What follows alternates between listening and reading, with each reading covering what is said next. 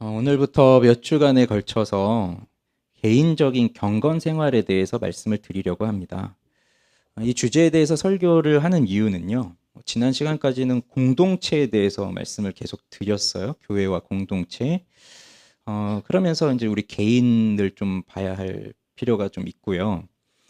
우리 교회는 뭐 다 아시겠지만 이제 교회 개척 3년 차에 접어들었습니다. 정확히 2년 7개월 차가 됐는데, 그러니 우리 교회에 속한 분들은 가장 오래 우리 교회를 가장 오랫동안 다니신 분도 2년 7개월 다니신 거고요. 또 뭐 최근에 오신 분들은 이제 1년도 채 되지 않은 분들이 모여 있는 교회입니다. 저는 여러분들이 물론 우리 교회 오기 전에 이전부터 신앙생활을 해오신 분들도 많이 계시지만 뭐 그 이전의 신앙생활은 제가 알 수도 없고요. 뭐 어떻게 사셨는지도 모르고요.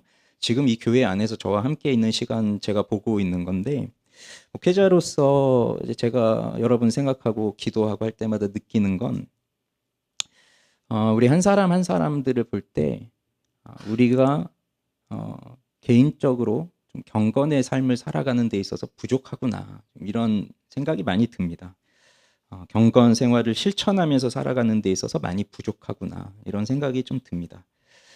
우린 물론 오늘도 여기 나왔습니다. 습관에 따라, 형식적으로, 뭐 의무에 따라 이렇게 나왔고요. 뭐 끝나면 또 돌아가겠죠. 근데 사실 우리가 매일매일 경건의 삶을 제대로 살지 않으면 이렇게 일주일에 한 번 주일날 예배 나온 거 빠지지 않고 예배 나온 것으로 만족을 할 것이고, 난 잘하고 있다 이렇게 생각을 할 것이에요. 그렇기 때문에 이런 주제로 말씀을 함께 나누고, 그다음에 내가 지금 어떠한 상태로 하나님 앞에 살고 있는가 하는 걸 좀 보기 원해요. 몇 주 동안 좀 말씀을 전할 텐데 귀 기울여 들으시고, 어, 내가 하나님 앞에서 어떤 부분을 고쳐야 하는지를 좀 보면 좋겠어요. 난 잘하고 있지, 뭐 그게 아니라 나의 약점을 발견하면서 내가 무엇을 고쳐야 하는지를 좀 깨달으면 좋겠습니다. 경건이라고 하는 말은 헬라어로 유세베이아라는 말인데, 유는 좋다, 좋아한다, 좋다 이런 뜻이고요. 세베이아는 두려움이란 뜻이에요. 그래서 경건은 뭐 이미 들으셨겠지만 하나님을 좋아하는 동시에 하나님을 경외하는 겁니다. 즉 하나님을 좋아하는 동시에 하나님을 두려워하는 마음이에요. 그게 경건이고요. 근데 경건이라고 하는 것은 그냥 우리 마음 속에서만 일어나는 게 아니고요. 항상 마음은 행동으로 나타나게 되어 있거든요. 그래서 경건, 하나님을 좋아하지만 하나님을 향한 두려움은 반드시 우리 삶으로 나타나게 되어 있습니다. 그래서 우리는 여러분들이 무슨 마음을 품고 있는지 우린 서로 모르지만 그 사람들이 어떠한 행동을 하며 사는가 하는 것을 보면서 그 사람 마음을 또 알 수 있어요. 경건도 마찬가지입니다. 칼빈은 기독교 강요에서 경건을 하나님을 향한 사랑과 결합된 하나님을 향한 경외심이라고 했어요. 하나님을 향한 사랑과 결합된 경외심, 그리고 그 경외심은 하나님의 은총을 아는 지식에서부터 나온다고 했습니다. 이걸 좀 더 쉽게 말하면 경건이라고 하는 거는요, 하나님 앞에 합당한 자세, 하나님 앞에서의 합당한 태도를 말하는 겁니다. 근데 우리 교회 안에서는요, 오래전부터 영성이라는 말을 많이 써왔어요. 뭐 영성 훈련, 영성 개발, 뭐 이런 말을 써왔어요. 근데 영성 하면은 느껴지는 이미지는, 사람이 뭔가 좀 신령한 존재가 돼서 영적으로 뭔가 특별한 존재가 돼서 신과 함께 할 수 있고, 뭐 그래서 영성을 개발하면 내가 좀 영적인 자질이 개발이 되어지면서 내가 좀 더 높아지고 영적인 수준이 높아지고, 이런 이미지가 이제 영성이라는 말이 있고요. 경건이라고 하는 말은 반대로 좀 이런 느낌이 강하실걸요. 경건은 힘든 의무감. 아, 이거 해야 되는구나. 근데 하고 싶진 않은데 해야 되는구나. 이거 못하면 안 되는구나. 근데 너무 힘들다. 이런 게 경건이라고 하는 이미지로 다가와요. 그래서 교회 안에서 경건이란 말보단 영성이란 말을 많이 써왔어요. 그래서 우리 영성 훈련합시다. 영성 개발합시다. 뭐 이렇게. 그렇지만 사실 영성은요, 성경에도 나오지 않고요. 종교개혁자들한테도 생소한 말입니다. 이건 기독교적 용어가 아니고요. 범신론적 세계관에 있는 용어예요. 그러니까 기독교가 잘못 사용하고 있는 거죠. 그러니까 영성은 내가 이걸 열심히 하면 내 영적 자질이 올라간다는 뜻이에요. 영성 개발, 영성 훈련. 근데 성경이 말하는 경건은 난 아무것도 할 수 없습니다. 그래서 하나님께 기대는 거예요. 경건의 핵심은 예수 그리스도께 기대는 겁니다.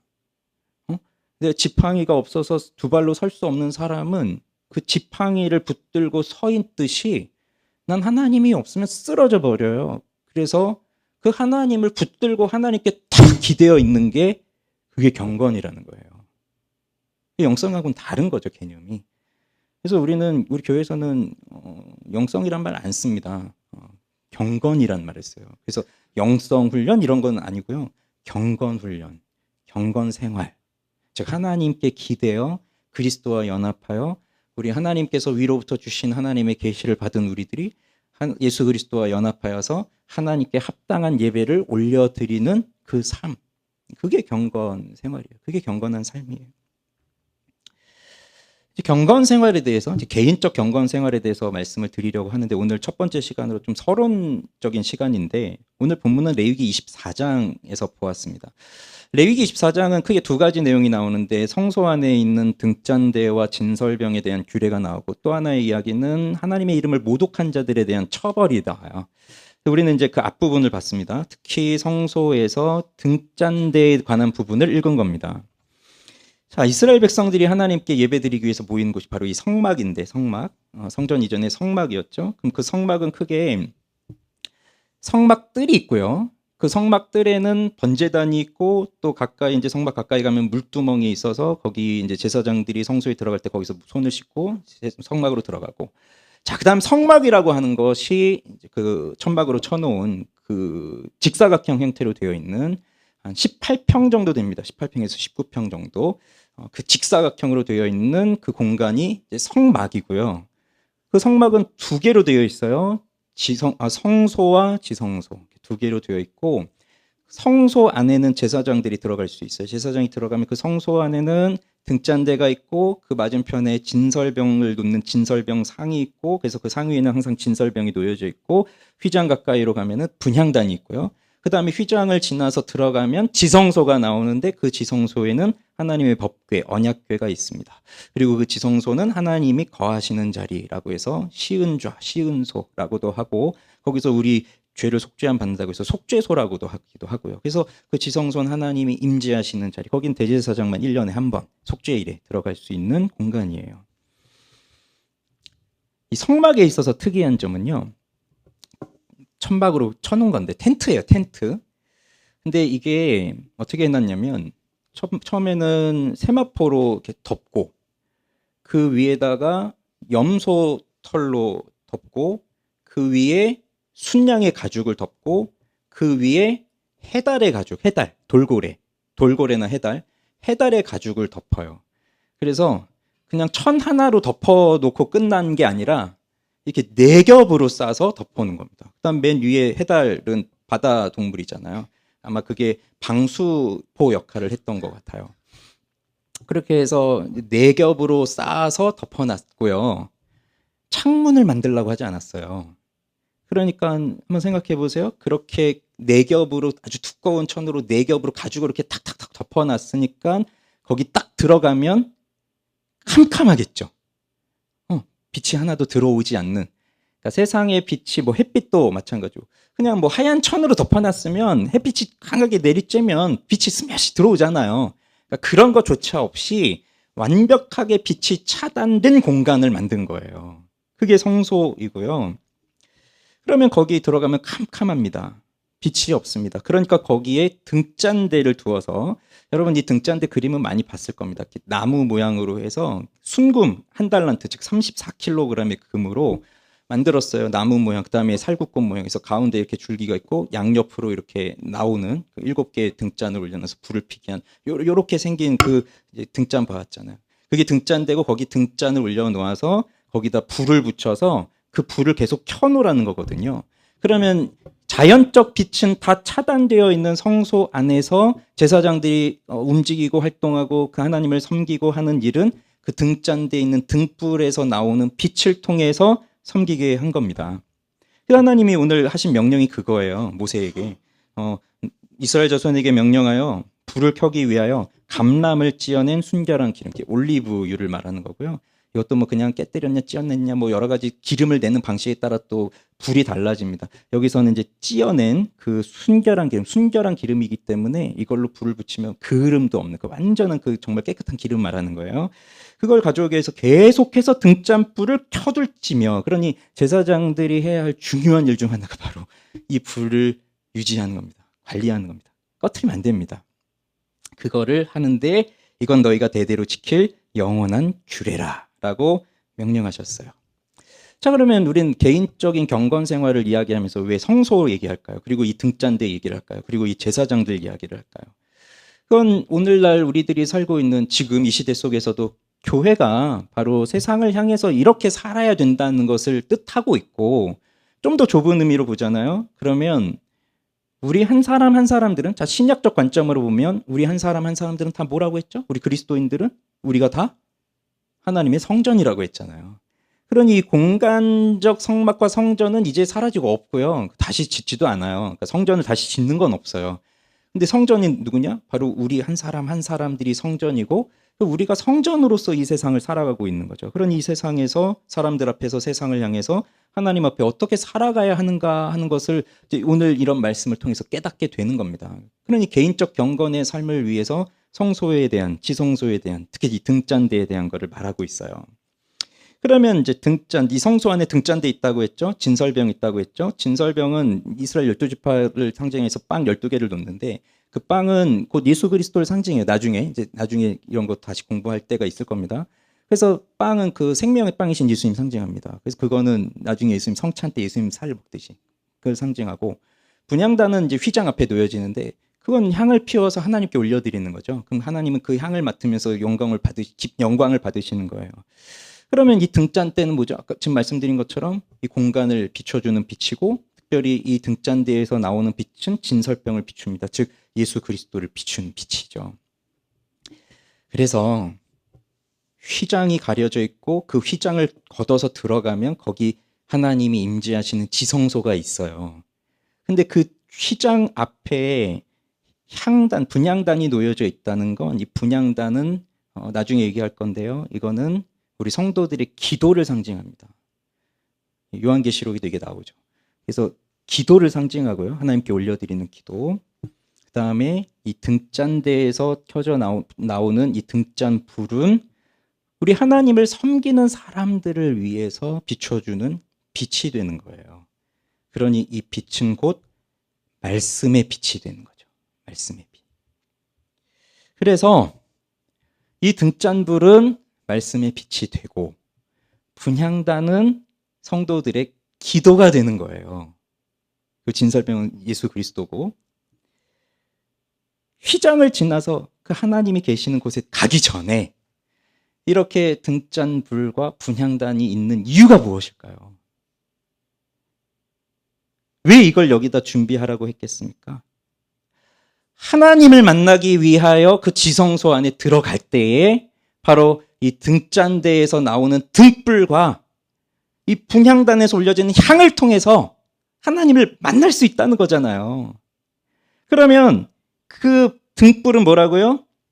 말씀. 그 분향단은 뭐라고요? 기도. 그래서 우리 개인의 경건 생활에 있어서 가장 핵심적인 두 가지 방편은 뭐라는 겁니까?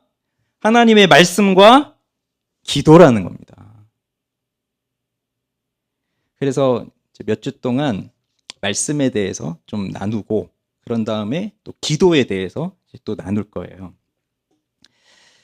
자, 하나님이 성막을 만들라고 하실 때 어쨌든 네 겹으로 싸서 세상의 빛, 이 자연적인 빛이 하나도 들어오지 않게 하셨습니다. 그리고 거기서 제사장 보고 섬기라고 했습니다. 안 보이니까 그 하나님이 정해놓으신 불빛으로 섬기라고 했죠. 왜 그랬을까요? 그게 이제 우리가 생각해 봐야 되는 거죠. 하나님은 왜 그렇게 하셨을까요? 그것은 이 하나님의 성소 안에서 하나님을 만나기 위하여 섬기는 제사장들은 세상의 빛, 자연적인 빛을 통하여서 하나님을 섬기는 것이 아니라 하나님이 정해놓으신 빛을 통하여서 하나님을 섬기고 하나님을 만나는 것이다. 그것을 가르쳐주기 위해서예요. 그러니까 세상적 빛이 아니라, 그러니까 자연적인 빛이 아니라 하나님이 정해 놓으신 그 감람을 찢어낸 순결한 기름에서 나오는 그 불빛, 그것을 통해서 하나님을 만나는 것이다. 그러니 이건 자, 세상의 빛, 세상적 빛, 자연적 빛, 이건 뭘 뜻하겠어요? 세상의 지식을 말하는 겁니다. 세상의 지식. 그러면 하나님이 정해놓으신 순결한 감람류에서 나오는 이 불빛은 무엇을 뜻하는 것이겠어요? 이게 바로 진리의 빛이 되는 거예요. 그러니 하나님을 만나고 하나님을 섬기는 데 있어서는 세상적 빛, 세상적 지식이 아니라 하나님이 주시는 진리의 빛이 필요하다. 그걸 가르쳐 주는 겁니다. 우리는 사실 세상적인 지식에 있어서는 사람마다 다 다릅니다. 어디에 가면 박사교회가 있대요. 박사교회. 그럼 이제 우리는 그 교회는 박사들만 모였나? 이렇게 생각하겠지만 그건 아니고 그 동네 이름이 뭐 무슨 면 박사리래요. 그래서 박사교회. 근데 이제 우리가 전 유학을 안 가봤지만 유학에 가면 다 박사학위 하는 학생들이 있고 그 지역은 그 박사학위 하는 학생들만 모인 교회들이 있대요. 신학교 앞에 있으면 이제 그 신학 박사 준비하는 그 사람들만 모여 있겠네요. 그래서 이제 뭐 어떻게 보면 교회 형태가 좀 공부를 한 사람들이 모여 있기도 하고 뭐 아니기도 하겠지만 근데 교회는 기본적으로요. 시험을 봐서 여러분 등록 카드 낼 때 학력을 보고 뭐 어느 정도 학력이 돼야 받아줍니다. 이런 거 아니잖아요. 그래서 교회에 들어와 있는 우리 성도님들 한 사람 한 사람들은 사실 다 세상적 표현을 제가 뭐라고 해야 될지 모르겠는데 세상 지식적인 표현으로 보자면 다 달라요. 그렇죠? 뭐 어떤 사람은 진짜 공부 많이 하고 가방끈이 기신 분도 있을 수 있고 어떤 분은 또 그렇게 공부를 많이 안 하신 분도 있을 수 있고 다 같이 있는 거죠. 근데 자, 제가 지금 말씀드리려고 하는 건 뭐냐면 진짜 세상 지식이 많다고 해보세요. 어떤 사람이. 세상 지식으로 충만해요. 세상에 지혜도 많아요. 세상 돌아가는 것도 다 알아요. 뭐 정치, 경제, 문화 뭐 다 꿰뚫고 있어요. 정말 지혜로워요. 그래서 사람들이 거기 가서 조언도 구해요. 근데 이런 사람이 지금 교회에서 활동해요. 한다고 해보세요. 근데 그 사람이 이런 세상 물정은 다 잘 아는데 진리의 빛은 못 받고 있다. 그럼 여러분 어떨 것 같습니까? 그런 사람 교회에 있으면. 근데 사실 이런 사람이 교회에 많다는 게 문제예요. 왜냐하면 진리의 빛이 없어도 교회 생활하는 데 문제가 없어요. 예를 들어 볼까요? 교회에서 밥을 한다고 합시다. 그럼 오늘 우리 한 100인분 오늘 점심 또 먹어야 되잖아요. 100명분의 밥을 하는데 진리의 빛이 있어야만 성경을 깊이 깨달아야만 그래서 기독교 교리를 뭐 확실히 꿰뚫고 있어야만 100인분 밥을 할 수 있습니까? 그건 아니거든요. 자, 교회 청소를 해본다고 하세요. 교회 청소를 하는데 뭐 이 진리의 빛이 충만하여야만 청소를 잘 할 수 있습니까? 아니잖아요. 그러니 세상적 지식이 충만해도 교회 섬기는 일에 있어서는 문제가 없는 거예요. 그런데 다만 진리의 빛이 없으면 어떻게 됩니까? 그 사람이 아무리 여기서 뭐 교회 일을 하고 총대를 메고 뭘 이끌고 나가고 해도 진리의 빛이 없으면 내가 무엇을 믿는지도 모르고 내가 믿고 있는 하나님이 어떠한 분인지도 모르고 하나님이 지금 나한테 원하시는 것이 뭔지도 모르고 하나님께 기쁨을 드리며 하나님을 사랑하는 방법이 뭔지도 모르고 그냥 사는 거예요. 이게 뭔가요? 이건 진리의 빛이 있어야만 가능한 거예요. 예전에도 이렇게 계속 봐오면 교회에는요. 그렇게 많이 공부를 하지 않으셨음에도 정말 하나님을 사랑하고 정말 신실하게 살아가시는 분들이 참 많이 계셨어요. 뭐 학교 많이 안 나오고 공부 많이 안 하고 뭐 책 많이 읽고 그런 거 안 하셨어도 정말 하나님을 사랑하고 순수하게 하나님을 섬기는 분들이 많이 계셨어요. 어떻게 해서 가능한 거죠? 진리의 빛이 그들 속에 있기 때문에 그런 거예요. 진리의 빛이. 근데 이 진리의 빛이 없이 그냥 세상적 빛으로 교회 생활하고 신앙생활 하려고 하는 사람들이 많습니다. 저는 이걸 역사와 전통에 빛나는 교회 생활이라고 비유를 들어요. 사실 저희 집안이 역사와 전통에 빛나는 집안입니다.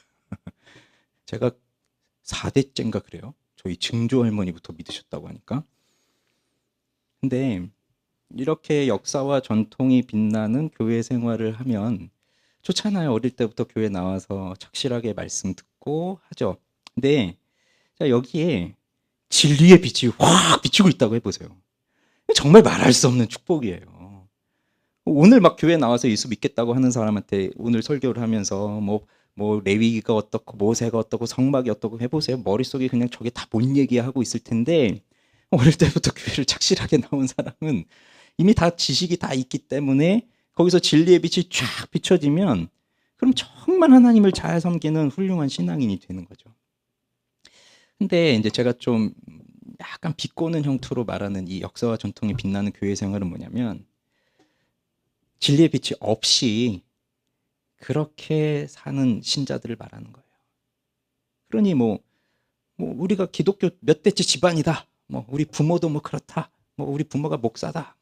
나도 지금 교회에서 이런 직분을 가지고 있다. 난 태어나서 지금까지 한 번도 주일을 빠져본 적이 없다. 이렇게 이제 살지만 진리의 빛이 없어요. 이건 충분히 가능한 일이에요. 그리고 더 많아요. 그럼 이런 사람들은 무엇으로 신앙생활하는 겁니까? 무엇으로 교회를 다니는 겁니까?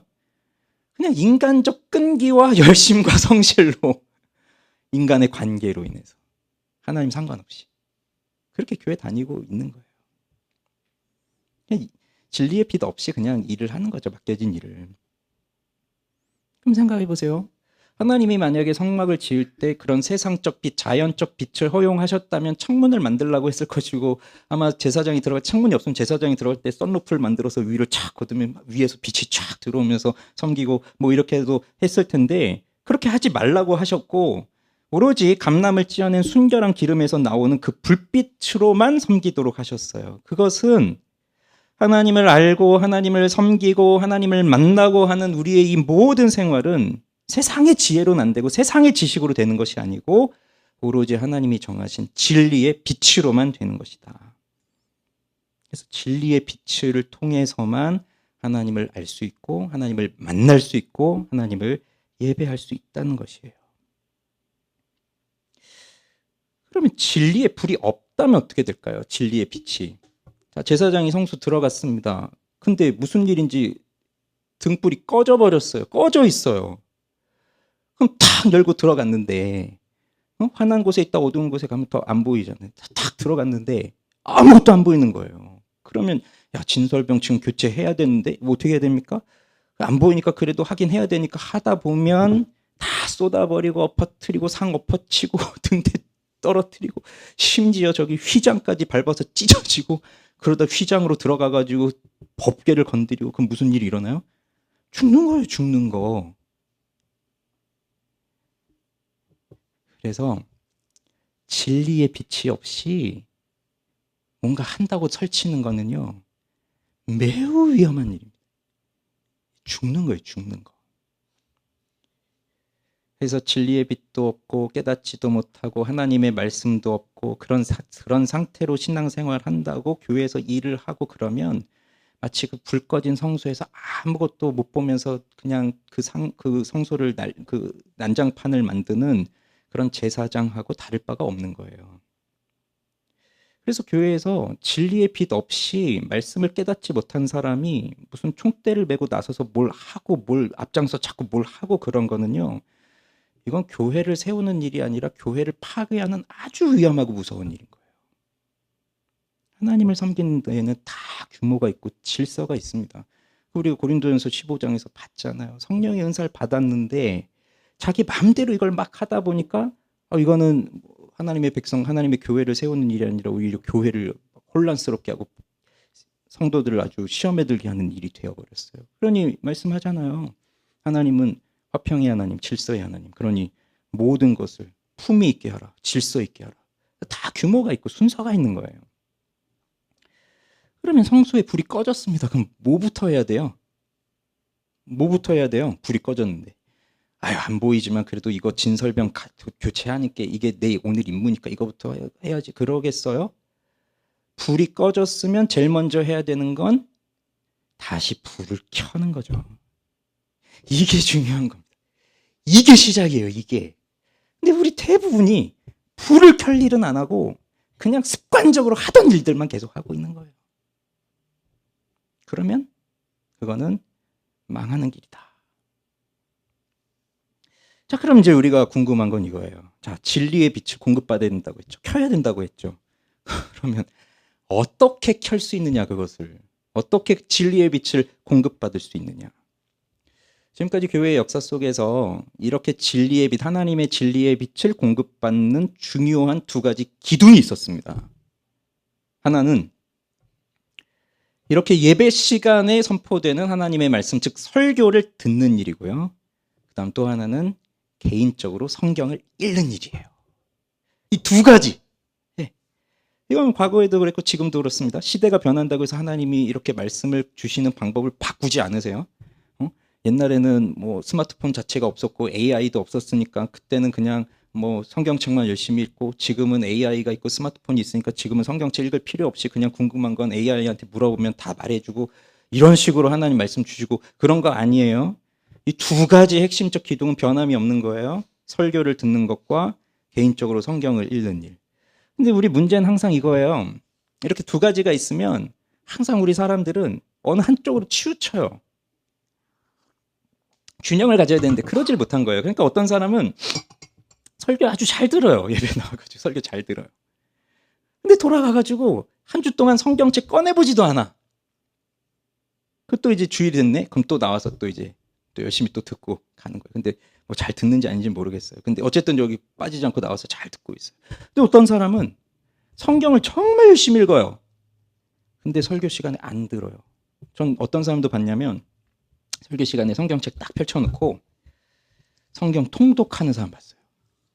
목사님 설교가 재미도 없고 뭐 자기가 볼 때 수준도 아닌 것 같대. 시간이 너무 아까워. 그러니까 성경책 딱 펴놓고 자기 읽을 성경 읽기 분량을 읽고 있는 거예요. 저 그 사람 봤어요, 진짜로.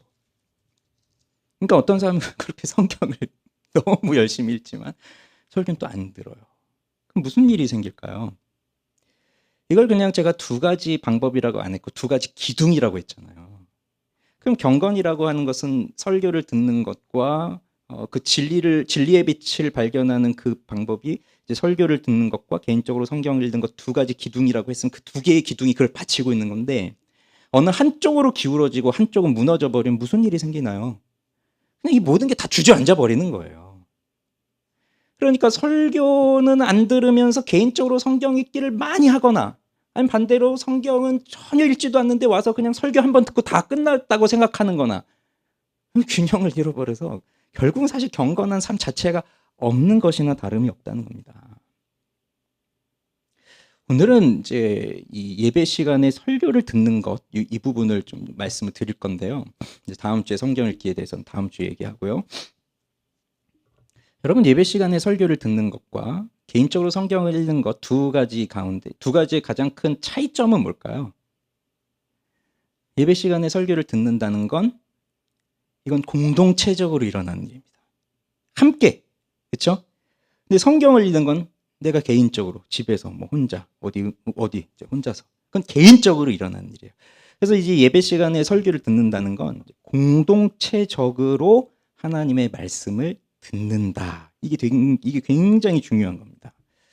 자, 하나님은 아주 다양한 방법으로 은혜를 주세요. 그래서 여러분 이제 한 명 한 명 불러다가 어떻게 하나님 만나게 되셨어요? 어떻게 하나님이 은혜를 주셨어요? 얘기하라고 하면 아마 여러분 그 사연들이 여러분 인생 스토리가 쫙 펼쳐지면서 아마 여기 우리 뭐 수십 명이 모여 있지만 누구나 다 똑같지 않을 겁니다. 다 다르게 하나님이 우리를 만나 주셨어요. 그만큼 하나님은 우리에게 은혜를 주시는 방편이 다양해요. 그래서 어떤 사람은 영화를 보면서 은혜를 받기도 해요. 영화를 보면서 하나님을 생각하고, 어떤 사람은 요즘 월드컵 하고 있으니까 월드컵을 보면서 은혜를 받는 거죠. 열받는 게 아니라 은혜를 받을 수도 있죠. 어떤 사람은 사고가 나면 은혜를 받는 사람도 있는 거예요. 사고가 났어요. 그 순간에 내가 이렇게 살면 안 됐었는데 하나님이 날 깨우치시려고 사고를 주셨구나. 큰 사고면 안 되고 자잘한 사고 같은 거. 그러니 얼마나 다양합니까? 하나님의 은혜를 받는 방법들이. 그리고 우리는 하나님을 제한할 수가 없으니까. 내가 생각하는 것 이상으로 하나님 일하신다고. 그러니까 내가 받은 은혜만 고집하면 안 돼요. 나는 이렇게 은혜를 받았지만 저 사람은 또 다르게 하나님 은혜를 주고 계시니까. 그런데 여기서 우리가 기억할 건 이거예요. 하나님은 다양한 방편으로 은혜를 주시지만 그것들은 모두 다 보조적 수단이다. 보조적 수단. 그러면 가장 핵심적 수단은 뭐겠어요? 여기 예배 시간에 설교를 듣는 거예요. 이게 가장 기본이, 가장 핵심. 그렇기 때문에 우리는 예배 시간에 가장 집중해야 될 시간은 바로 이 시간이에요. 설교 시간. 다른 건 예배에 많은 요소들이 있지만 우리가 하나님께 올려드립니다. 찬양도 드리고 기도도 하고 헌금도 드리고 하죠. 근데 이 시간은 내가 뭘 하는 게 아니라 하나님께서 우리에게 말씀하시는 시간이거든요. 근데 나는 열심히 했어요. 찬양도 열심히 부르고 기도도 했어요. 근데 설교 시간, 하나님 말씀 들어야 되는 시간인데 귀찮다, 재미없다. 눈 감고 자버려요. 그건 예배를 드리는 게 아니죠. 그러면 누구는 또 이렇게 생각할 수 있겠죠. 은혜가 참 다양하게 하나님 주시고, 그러면 내가 개인적으로 성경을 읽든 기도를 하든 금식을 하든 내가 무슨 교회 봉사를 하든 길 가다 또 이 자연 만물을 보며 은혜를 받든 어차피 하나님이 주신 은혜고 그 은혜의 출발점은 하나님이 똑같으니까 그냥 이렇게 하든 저렇게 하든 다 똑같은 거 아니냐 이렇게 물어볼 수도 있겠지만, 그러나 하나님이 주시는 원리는 이 예배 시간에 설교를 통해서 듣는 은혜가 가장 우선이다. 이걸 이제 기억하고 계시기 바랍니다. 왜냐하면 우리는 그리스도 안에서 한 몸이 되었잖아요. 우리 지난주까지 계속 봤잖아요. 우리가 그리스도 안에서 하나로서 유지하려면, 한 몸을 이루어 가기 위해선 무엇 안에서 하나가 되어야 된다고 말씀드렸어요? 진리 안에서. 진리가 없으면 아무리 우리끼리 모여서 으쌰으쌰 해도 그건 하나가 되지가 않아요. 진리 안에 있을 때.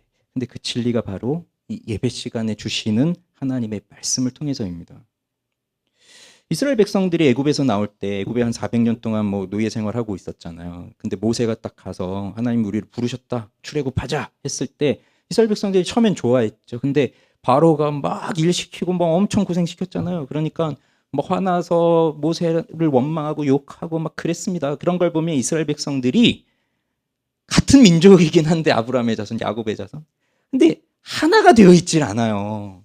나한테 좀 싫고 내가 좀 힘들면 모세고 뭐고 상관없는 거예요. 심지어 하나님도.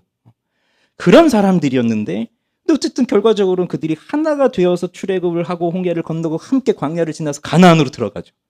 어떻게 이게 가능할까요? 근데 더 신기한 건 이스라엘 백성들만 나온 게 아니라 그들 속에 끼어서 나오는 잡다한 족속들이 있었어요. 수많은 민족들이, 그러니까 이스라엘 민족은 아니지만 애굽 아래서 또 압제를 당하고 있던 다양한 민족들이 이스라엘 나갈 때 함께 섞여서 함께 출애굽을 한 거예요. 그럼 이스라엘 사람들이야 같은 민족이고 같은 언어를 쓰고 같은 역사적 전통이 있고 하니까 같이 된다고 하지만, 그 사람들까지 하나가 될 수 있는 건 무엇 때문에 가능할까요? 그게 바로 하나님이 이스라엘을 구원하시고자, 그리고 애굽의 심판을 하시고자 내리셨던 10가지 재앙을 그들이 모두 동일하게 같은 시간에 같은 곳에서 보았기 때문이에요. 이 사람은 이 사람대로, 저 사람은 저 사람대로, 이건 이 사람은 이걸 보고 저 사람은 저걸 느끼고 하다 보면 하나가 될 수가 없고, 동일하게 하나님의 말씀을 부어질 때, 그 말씀을 들을 때, 그렇게 역사하신 하나님을 만나게 될 때 하나가 되어진다는 얘기예요. 그래서 우리에게 정말 필요한 건 부흥입니다. 부흥은 숫자 많아지는 게 부흥이 아니고요. 부흥은 뭐냐면 갑작스럽고 거대한 변화예요. 이 부흥이 일어나면 영적인 각성과 회심이 일어나요. 그러면서 자기 죄를 깨닫고 회개하고 예수 그리스도를 믿는 그 일이 일어나는데, 그게 좀 갑작스럽고 거대하게 나타나니까 이게 부흥이 임하잖아요. 그러면 여기 우리가 같이 예배를 드리고 있어요. 여기서 누구 뭐 몇몇 사람 눈물을 흘리면서 은혜를 받지만 뭐 대다수의 사람은 뭐 꿈쩍도 안 하고 아무 감동도 없이 그냥 졸음과 싸우고 있어요. 이런 게 아니라 그냥 여기 있는 모두에게 변화가 일어나는 거예요. 급작스럽게. 하나의 말씀 속에서. 그게 부흥이에요. 그러니까 한 사람 변하고 나머지 뭐 100명은 안 변하고 이래 봐야 그냥 자 그러고 있는 거고 우리 모두가 한 번에 싹 변하는 거거든요. 근데 거기 뭐가 있다고요? 하나님 말씀이 있는 거예요. 하나님의 말씀을 동시에 함께 듣고 있는 거예요. 그래서 시편 126편에 보면 우리의 포로를 남방 시내들 같이 돌려보내소서 하면서 그 울며 씨를 뿌리는 자는 반드시 기쁨으로 곡식단을 얻고 돌아오리로다 하는 그 시편 126편 있거든요. 그게 부흥에 대한 시예요. 우리 포로를 남방 시내들 같이 보내주십시오 했을 때 남방 시내가 네게부, 그 아브라함 할 때도 봤잖아요. 애굽에 갈 때 네게부 땅에 머물잖아요. 그 네게부는 이스라엘 남방 땅, 거기는 척박한 땅이에요. 물이 없어요. 광야예요. 물이 없으니까 생명이 없죠. 근데 그 남방 시내들로 돌려보내달라고 하고 있어요. 왜 그러냐면 그렇게 척박한 그 네게부 땅도 하늘에서 비가 내리잖아요. 그러면 그 물을 머금고 홍수가 나요. 그렇게 되면 생명이 없던 그 땅에 풀이 나고 꽃이 나는 거예요. 그런 것처럼 우리를 그렇게 돌려보내 주십시오. 그러니 평소에는 정말 아무것도 없고 강팍하고 메마르고 뭐 기쁨도 없고 눈물도 없고 감격도 없고 그러고 있는데 하나님이 정말 이런 은혜를 부어주시면 홍수같이 그 은혜가 싹 휩쓸리면서 거기 내가 살아나는 역사가 일어나는 거예요. 영혼이 살아나는. 뭐 숫자 늘어나는 게 부흥이 아니라 내 영혼이 사는 거예요. 사는 거. 내 영혼이 죽었던 내 영혼이 살아나는 거. 근데 홍수가 났다고 해보세요. 홍수가 팍 하고 지나갔는데 우리 집만 빼놓고 지나갑니까? 그런 거 아니잖아요. 그러니 거기 있는 모든 공동체를 한꺼번에 휩쓸고 가는 거예요. 그게 부흥이에요. 그래서 저는 교회를 개척하고 지금까지 계속 강조하는 게 우리는 하나님의 말씀 안에서 하나가 되어야 됩니다. 교회는 세상의 조직과 다릅니다. 세상은 뭐 같이 만나고 자주 만나고 으쌰으쌰하면 친해지겠지만 교회는 그렇게 해서 되는 곳이 아닙니다. 교회는 하나님을 만나는 곳입니다. 하나님 만난다는 게 뭘까요? 뭐 하나님이 내 눈앞에 떵 하고 나타나시나요? 부흥이 되면 그 하나님 내 눈앞에 딱 나타날까요? 아니면 하나님이 나한테 뭐 목소리로 말씀해 주세요? 그런 분 계세요? 제가 질문하고 싶어요. 도대체 그 목소리는 남자 목소리인지 여자 목소리인지 한국말로 하셨는지 히브리 말로 하셨는지 그런 게 아니라 하나님을 만난다는 건 하나님의 말씀을 듣고 깨달았다는 거예요. 내가 하나님의 말씀을 듣고 하나님이 누구이시며 하나님이 어떠한 분이신지를 깨달았다는 것이 그게 하나님을 만났다는 표현이에요. 우리가 예배 때 하나님을 만나게 해주십시오라고 늘 기도하는 거는 그냥 무슨 뭐 신비한 걸 경험하고 무슨 신비 체험을 하고 그게 아니라 설교를 통해서 하나님의 말씀을 깨닫게 될 때 그게 하나님을 만난 거예요. 교회는 이거 하는 겁니다. 근데 여기에 이제 정말 우리에게 정말 필요한 것이 있어요. 그게 뭐냐면 성령의 은혜입니다. 성령의 은혜. 여기 이 순결한 감람을 찧어낸 순결한 기름이라고 했잖아요. 그래서 성경에서 기름은 성령을 상징할 때가 많아요. 여기도 성령을 뜻하고 있는 거예요. 그러니 설교자가 여기 나와서 설교를 합니다. 뭐 제가 하든 누가 하든 누군가가 여기 서서 설교하도록 부름을 받아서 설교를 합니다. 그러면 그 설교를 듣고 그 말씀을 깨닫게 하시는 분은 성령이시라는 거죠. 아유, 너 같은 설교자가 설교하니까 내가 안 듣지. 저기 어디 유명한 목사님 모셔와봐. 그럼 잘 들을게. 그게 아니라 누가 여기에 서서 하든 성령의 은혜가 임하면 그 성령의 은혜가 임해야 된다는 얘기예요. 찰스 스펄전이라고 아주 유명한 19세기 그 영국 위대한 설교 목사님이 있어요. 그분이 회심하기 전에 그분 17세 때인가 회심을 해서 17세, 18세부터 설교를 하기 시작해서 그 엄청난 위대한 설교자신데 그 회심을 어떻게 하게 됐냐면 뭐 지역에 어느 유명한 목사님이 와서 설교를 한다고 해서 들으러 갔는데 눈이 많이 와서 그분이 못 온 거예요. 설교자가. 펑크가 나버린 겁니다. 외부 강사가. 그 메인 강사, 유명한 분이. 그 어떻게 해요? 예배를 드리려고 모였는데. 그 자리에 있던 어느 노인분이 나와서 대신 설교를 하신 거예요. 뭐 준비를 했겠어요? 뭘 했겠어요? 근데 설교를 하신 거예요. 근데 그분이 그 스펄전, 그 젊은 친구를 향해서 자네요, 깨어나시오 했던 거예요. 그때 이 스펄전이 예수를 만났어요. 회심하고 놀라운 그 하나님의 종이 된 거예요. 누가 예상했겠습니까? 무슨 위대한 설교자, 무슨 유명한 설교자만 나오면 뭐 회심하고, 아니에요. 누가 하는 거죠? 성령이 하시는 거예요. 그래서 예수님이 뭐라고 하셨어요? 하나님은 영이시니 예배하는 자들은 영과 진리로 예배할지니라. 여기 중요한 두 가지가 나오는 겁니다. 이걸 우리나라에서 개역 한글, 옛날 개역 한글 성경에 이거를 신령과 진정으로 예배할지니라라고 번역을 해놓아 가지고 우리 한국교회 아주 혼란을 많이 줬는데, 그래서 예배할 때 신령과 진정으로 예배해라. 뭔가 신비하게 신령하게 예배 드려야 되는구나. 영적으로. 그다음 진정으로, 우리 마음을 다해서 정성을 다해서 예배 드려야 되는구나. 이렇게 생각하고 가르치고 뭐 했단 말이죠. 근데 전혀 그런 내용이 아니었거든요. 엔 푸뉴마틱 하이 알레세이아. 그래서 인 스피릿, 인 트루스. 성령 안에서, 진리 안에서. 하나님은 영이시니 너희는 성령 안에서, 진리 안에서 예배할지니라. 성령과 진리를 말한 건데 이 신령과 진정으로라고 번역을 해놔가지고 다 오해하고, 우리가 마음을 다해서 정성을 다해서 예배드리면 하나님 은혜 주신다. 이게 잘못 이해를 한 거죠.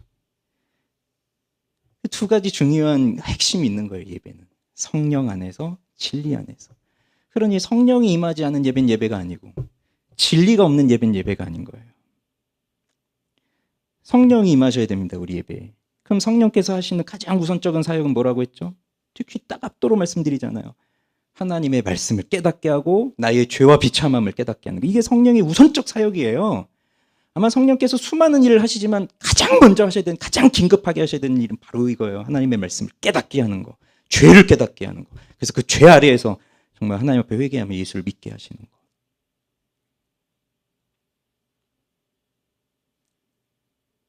그래서 여러분, 진리가 선포되잖아요. 설교를 듣잖아요. 그럼 무슨 일이 일어나야 될까요? 정말 설교를 듣고 있다면 두 가지 일이 동시에 일어납니다. 우리 마음 안에서. 첫 번째는 괴로움이에요. 괴로움. 설교를 듣는데 괴로움이 없다? 뭔가 문제가 있는 거예요. 왜 괴롭죠? 이 진리잖아요. 진리가 빛으로 내 마음속으로 지금 파고 들어오고 있는 거예요. 그동안 내가 꽁꽁 숨겨놓고 있었던, 아무한테도 들키고 싶지 않았던 나의 은밀한 죄와 나의 죄성과 나의 이 존재, 그래서 심지어 나조차도 잊고 있었던 나의 존재와 나의 본질에 대해서 하나님의 말씀은 마치 예리한 칼이 되어서 내 심장을 찌르고 내 폐부를 찌르면서 들춰내니까 그걸 보고 견딜 수가 없는 거예요. 그럼 이 속에서 막 괴로움이 시작되는 거죠. 내가 이런 사람이었다니. 이게 설교 때 일어나는 일이에요. 근데 이런 일이 일어납니까? 보통은 우리는 설교는 그냥 좋은 말, 그냥 위로되는 말, 잘하고 있어, 잘하고 있어, 좀만 더 잘해, 하나님도 인정해 주고 있어, 이런 말만 듣고 있잖아요. 그다음 뭐 잘못했다는 거 얘기하기 시작하면 듣기 싫으니까 눈 감아버려요. 안 듣고 너나 잘하지 뭐 이러면서 이제 있는 거죠. 정말 말씀이 오면 괴로운 거예요. 그래서 말씀은 직면하게 해요, 나를. 근데 여기서 끝나면 누가 교회 나와서 설교 듣겠어요? 괴로운데. 그래서 동시에 무슨 마음이 생기냐면 즐거움이 생겨요. 기쁨이 생겨요. 이게 놀라운 신비입니다. 오죽하면 경건을 비밀이라고 했겠어요. 이 디모데전서에서 바울이 놀랍도다 경건의 비밀이요. 그렇게 내 마음을 찔러서 괴로움이 일면서 너무 아프지만 동시에 기쁨이 밀려와요. 이제서야 예수 그리스도가 바로 나의 이러한 것 때문에 십자가에 못 박혀 죽으신 거구나. 그리고 이것을 그리스도가 십자가에서 죽으심으로 완벽하게 해결하셨구나. 난 이제 더 이상 여기에 묻혀서 사는 죄의 노예가 아니구나.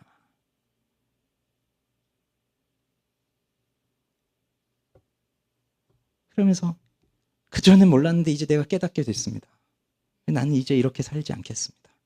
난 이제 나를 내 안에 내가 사는 게 아니라 내 안에 계신 하나님의 아들 예수 그리스도를 믿는 믿음으로 살겠습니다. 그런 변화가 말씀을 들을 때 일어난다는 얘기예요. 이게 언제? 무슨 수련회 때? 사경회 때? 그냥 1년에 한 번? 특별한 날에? 아니요. 우리가 드리는 매 예배 때마다. 그리고 이건 설교뿐만 아니라 내가 성경을 읽든 매일 성경으로 큐티를 하든 좋은 경건서적을 읽든 그 진리가 임하면 이 일이 일어나는 거예요.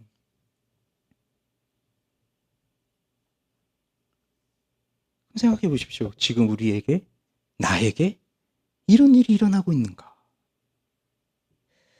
그래서 우리는 예배를 위해서 기도해야 돼요. 그리고 설교자를 위해서 기도해야 됩니다.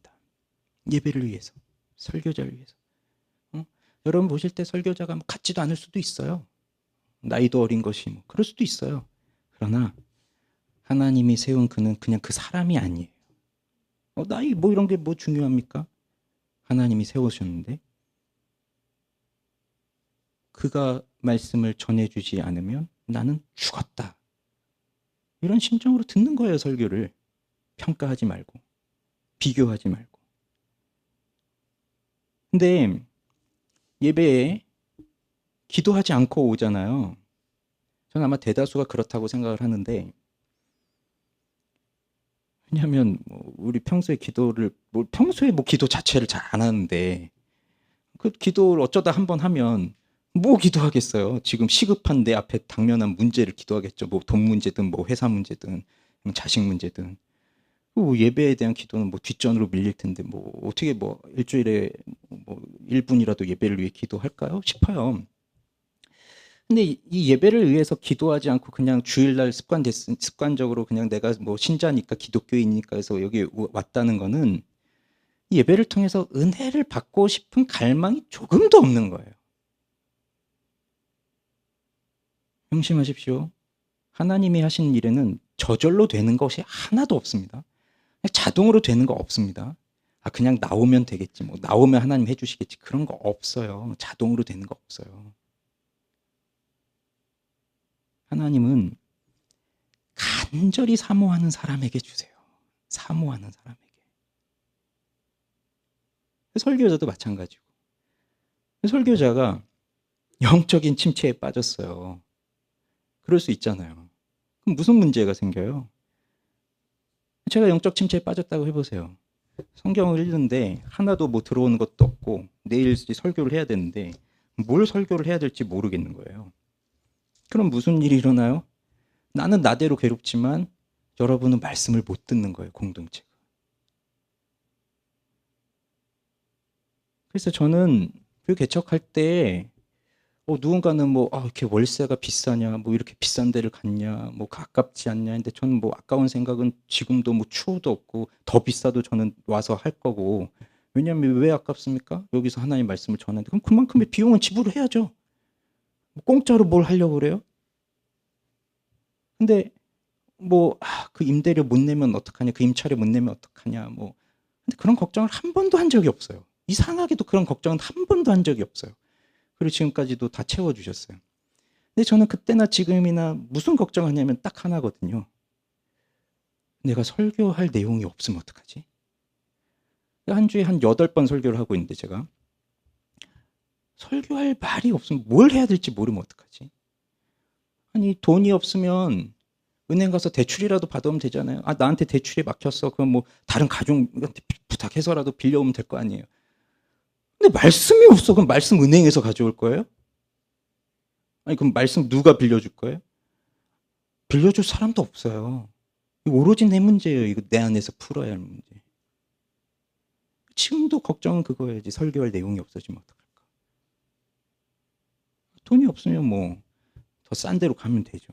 근데 설교할 게 없어. 모였어. 예배를 드려. 아무런 진리도 선포가 안 돼. 그냥 그럭저럭 그냥 와서 앉았다가 그냥 노래 부르면 아무 감동도 없이 그냥 노래 불렀다가 우리 끝납시다 하면 끝났다가 집에 갔다가 다음 주 되면 또 오고. 우리가 왜 예배를 드리면서 은혜를 받지 못할까요? 예배를 위해서 기도하지 않기 때문입니다. 기도하지 않고 여기 이 자리에 와서 은혜를 받겠다, 하나님 나 좀 만나주시면 좋겠다 하는 건 요행을 바라는 거예요. 그게 바로 미신이에요, 미신.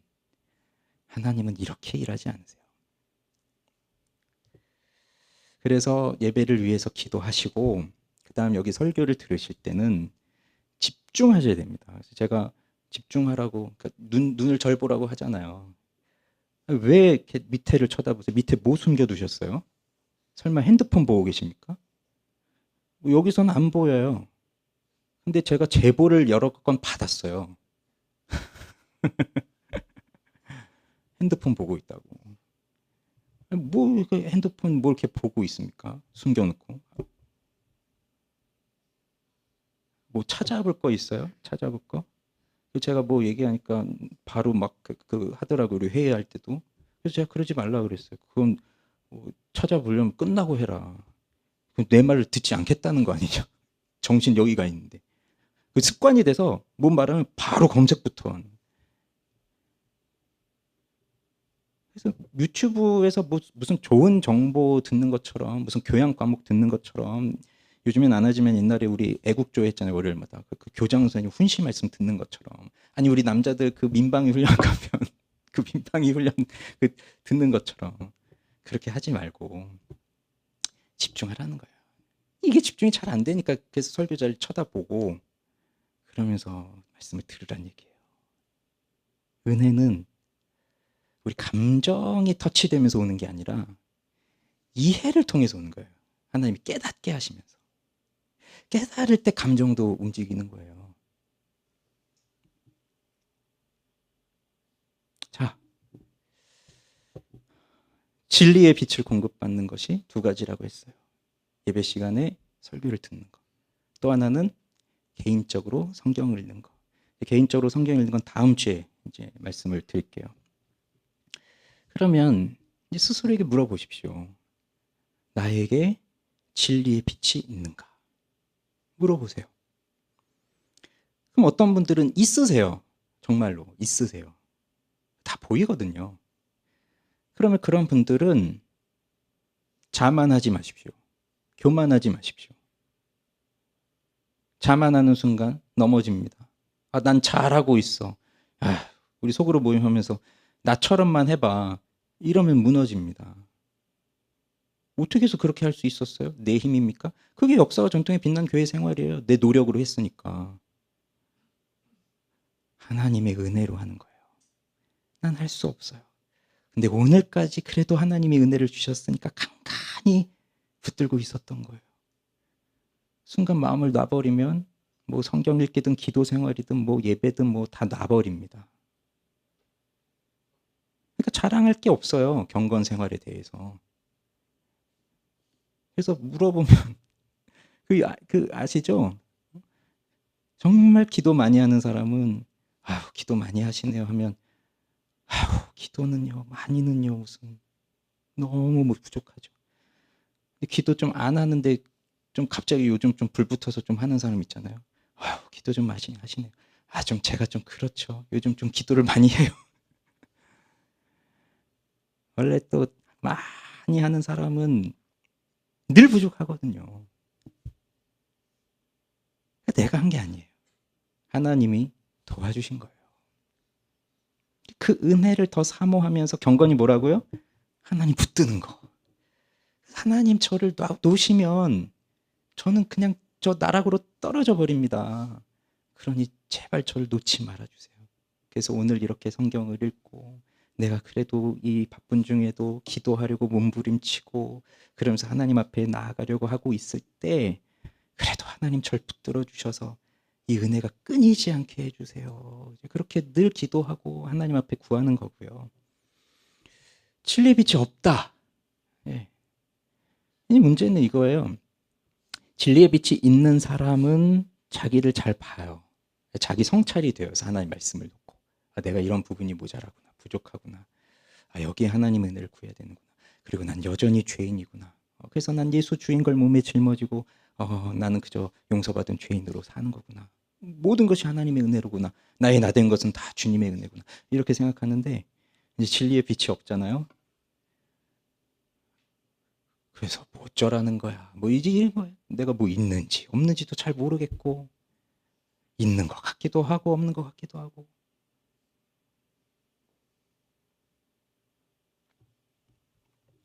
여러분 이렇게 모여서 예배를 드려보면요. 다 보입니다. 다 보여요. 하나님을 만나고 싶은 열정이 있는 사람들은요. 그게 뭘로 보이는 줄 아세요? 눈빛으로 보여요. 여러분 그 월드컵 때 남아공하고 하는 경기 보셨어요?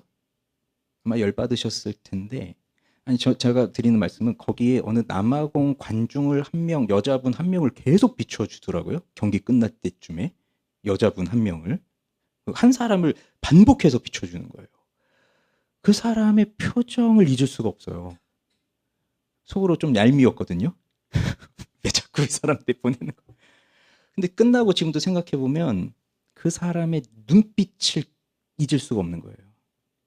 우리가 이긴다. 32강 진출한다. 그 열망, 그게 그 눈빛에서 그냥 불을 쏘고 있는 거예요. 하나님 만나고 싶은 사람들의 눈빛은 그거보다 더한 거죠. 전 참 감사하게 생애적으로 정말 이 예배 때 설교를 통해서 하나님의 은혜를 받았던 경험들이 몇 번 있거든요. 그냥 이렇게 일상적인 뭐 깨달음이 아니라 정말 인생 속에서 정말 내 인생을 바꾸는 그런 변화들이 몇 번 있었거든요. 설교를 들으면서. 그때는요. 이렇게 설교를 듣고 돌아가잖아요. 뭐 설교 시간에도 뭐 가만히 있을 수가 없죠, 이 마음이. 그리고 돌아가잖아요. 저는 그날도 잠을 못 이루었어요. 이 흥분으로. 하나님이 그런 분이셨다니. 하나님이 이렇게 하셨다니.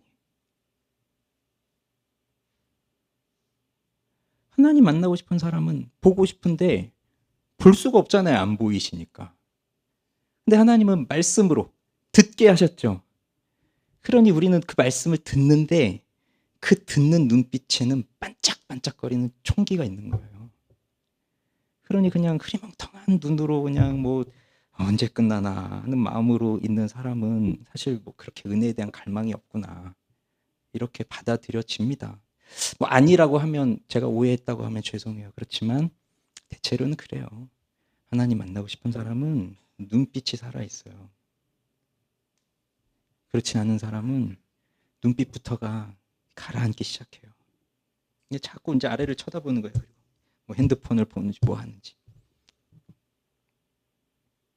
이제 몇 주간 진행할 이 설교를 통해서 우리는 좀 크게 결단하기를 원해요. 그래서 내가 하나님 앞에 어떻게 살아왔는가 하는 것을 좀 보기를 바라고 내가 진리의 빛 아래서 생활하고 있었나. 그러면 내가 설교를 잘 듣고 있었나. 그 다음 이제 계속 우리는 뭐 성경 읽기부터 해서 계속 이 말씀을 드릴 겁니다. 못했다면 하나님이 지나간 거 뭐 결산하시겠어요? 성경을 뭐 벌써 오늘 이제 7월 맥주행 성경 이렇게 7월 거 이제 새로 나왔는데 1월부터 6월까지 못 읽었어? 그러면 하루 시간 줄 테니까 다 읽어. 그런 다음에 와. 그 다음부터 받아줄게. 뭐 그런 분이 아니시니까 지금부터 이제 오늘부터 하나님의 은혜를 사모하고 말씀 가운데 나와서 예배를 드리고 말씀을 듣고 그리고 여러분 시간을 내서 성경을 읽고 큐티하시고 또 시간을 내서 기도하시고 근데 그 기도할 때 이 예배를 위해서 설교자를 위해서 그리고 예배 드리는 우리 모두를 위해서 기도하시기 바랍니다. 제가 오늘 드릴 수 있는 권면은 이거밖에 없어요. 그래서 한 주간 기도하고 오세요. 예배를 위해서. 기도하고 오십시오. 그러면 우리는 또 하나님을 만나는 은혜가 주어질 겁니다. 그러니 경건 생활의 시작은 그냥 뭐 결단하고 뭐 성경 몇 장 읽고 이거부터가 아니라 시작은요. 바로 이 예배 시간에 설교를 듣고 은혜를 받는 거예요. 하나님을 깨닫게 되는 거기서부터 시작이에요. 이게 시작이 되면 성경 읽기의 역사가 바뀔 겁니다. 여러분의 삶에. 기도의 역사들이 바뀔 겁니다. 이게 안 됐다는 건 지금까지도 성경 읽기와 개인 기도가 안 되고 있다는 건 예배 시간에 은혜를 제대로 받아본 적이 없다는 얘기예요. 근데 여기서는 좀 더 복잡한 건 있어요. 우리가 습관적으로 열심히 하는 사람도 있거든요. 진리와 상관없이. 내가 정해놓은 건 반드시 해야만 하는. 그렇게 경건 생활을 하는 사람도 있긴 한데 전 그걸 말하는 게 아니라 진짜 살아있는 경건 생활을 얘기하는 거예요. 그런 우리가 되기를 바랍니다.